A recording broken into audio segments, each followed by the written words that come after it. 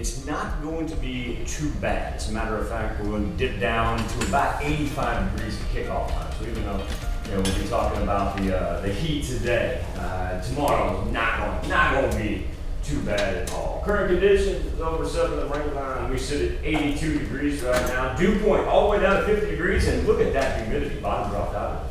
Sitting at 33%, and also too with the barometer on the rise, it means a whole bunch of blue skies. I'm gonna pause just a second and we can watch the wind tracker and watch it move around as we have now got it coming in from the south. Now it's not too bad. I do want to point this area out right here. That is where we're seeing the increase in the wind, and it's not going to affect us today. We'll say at 5 to 10 miles per hour for the afternoon. But when we look at Wichita and Salina already up to double digits, that's an indicator as this system moves from west to east that tomorrow a little bit more blustery, also too a little bit warmer, and then Saturday, that's when that wind is going to get on us. We're going to be talking about gusts of 25 to 30 miles per hour throughout Saturday afternoon.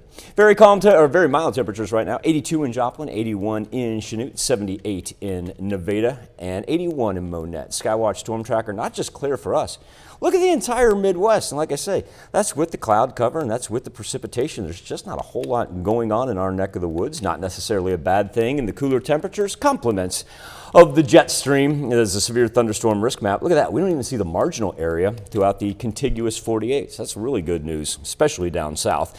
Now we've got this big cutoff low. That's that circular motion that you see right there. And what that's doing is just kind of locking all that elevated fire weather into the mountains and the west coast, all the way up to big sky country and whatnot. Now, obviously, since it comes down here out of Canada, that kind of gives us some mild temperatures, if you will. I don't necessarily call them cool, since we will be up into the mid to high 80s, but we'll go mild. And now let's check on our tropics. Larry downgraded to a Category 1. And now, even though they're going to have dangerous swells off the mid-Atlantic and East Coast, at least we've gone from 3 to 1 here in the span of 48 hours. Try to keep it as a 1 as it makes its way along. We also have the letter M in effect. That is Mindy. We talked about the low pressure system that developed in the Gulf yesterday. Turned into a post-tropical depression, actually ended up with a name, and it has now moved over the Florida-Georgia state line. Great news in the fact that they have essentially canceled all their weather statements of involving any hurricanes or anything tropical. You see that that pinkish purple there along the coast, that's actually a gale statement for small crafts that are out and about. So really not affecting the mainland, but look out to the west. Red flag warnings, heat advisories. You know, every now and then we get one of those that's thrown up in our neck of the woods, but for them it has been a summer full of it.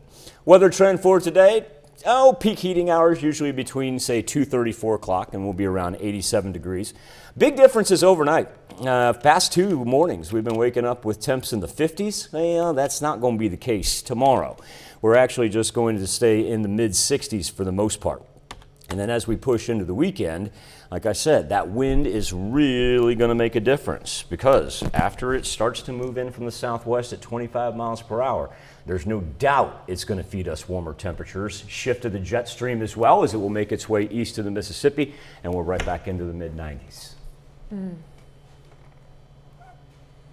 Not looking forward to that warm up again. But man, it was so beautiful overnight. Yeah, and I'm still gonna throw the positive on it though. High school football kickoff. I really think we're gonna drop down to about 84, 85 degrees. So it's gonna be great for the kiddos and great for the spectators. Well, I'm not gonna complain there. All right, thanks, Michael.